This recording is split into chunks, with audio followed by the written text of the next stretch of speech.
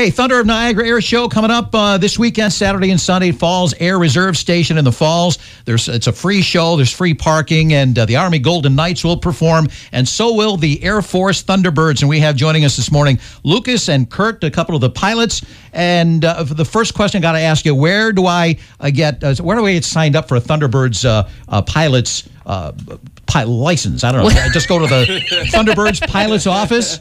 Well, first you've got to become an officer in our United States Air Force. Good morning, by the way, and thank you so much for having us. Then do a little bit of training, and the Air Force will show you everything you need to know to become a Thunderbird pilot. What are the qualifications? Well, first you have to be an officer in the United States Air Force and commissioned from any one of 3 separate sources. And then you'll go to pilot training, where you'll spend about 2 years learning the ins and outs of not only flying airplanes, but flying in your United States Air Force or in the United States military. So is it something that you then try out for? Are there like courses that you have to go through, or is it just part of your training that you're like, all right, now you get to go fly air shows? Well, one of the coolest things about our team is we take combat aviators, we take combat maintainers, we take folks that are doing the mission day in and day out. We bring them to the team for a short stint, only about 2 years, up to 2.5, 3 years, and then we send them right back to the combat air forces again to do their job. So the point is that the team is based on a foundation of things that are being done day in and day out around the globe in the Air Force that we can apply to this team, hopefully show the folks in Buffalo and Niagara and then the folks around the country what it is that airmen are doing around the globe, and then go right back to doing the mission a couple years down the road. Well, why don't you just describe the show? When people come out tomorrow, what are they going to see?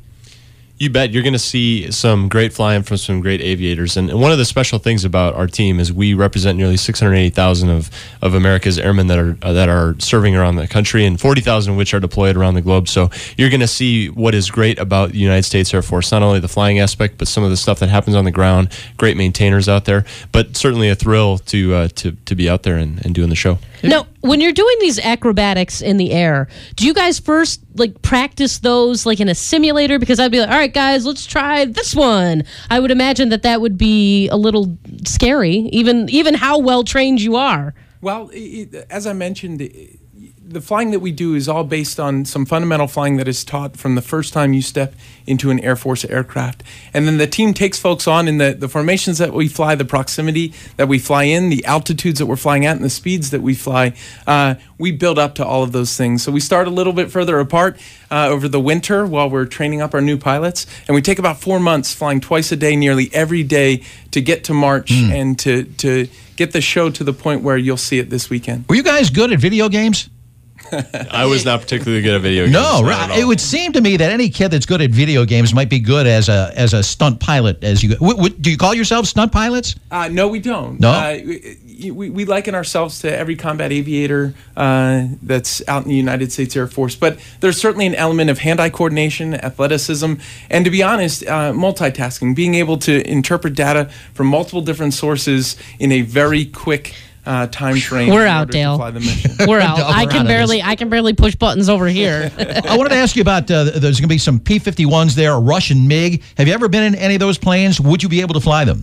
So I flew in the back of a MiG-29 about 3 or 4 years ago, and as you might imagine, even though it's Russian designed, many of the basic human factors elements to flying airplanes, they designed very similar to the way that we designed our aircraft. So the short answer is yes, I think I could fly those airplanes. These air shows are amazing. They're a cool place to get out for a day. And sure, you put on some sunscreen and drink lots of water, but you will see all kinds of cool things, great acts, amazing airplanes designed by all sorts of really innovative thinkers. I'm excited about this. This is going to be great. Thanks for joining us, guys. Tomorrow begins at 9 a.m., I believe, at the Falls Air Reserve Station in the Falls. It's free show, free parking, and we'll look for you there. Thank you. Thanks for having us.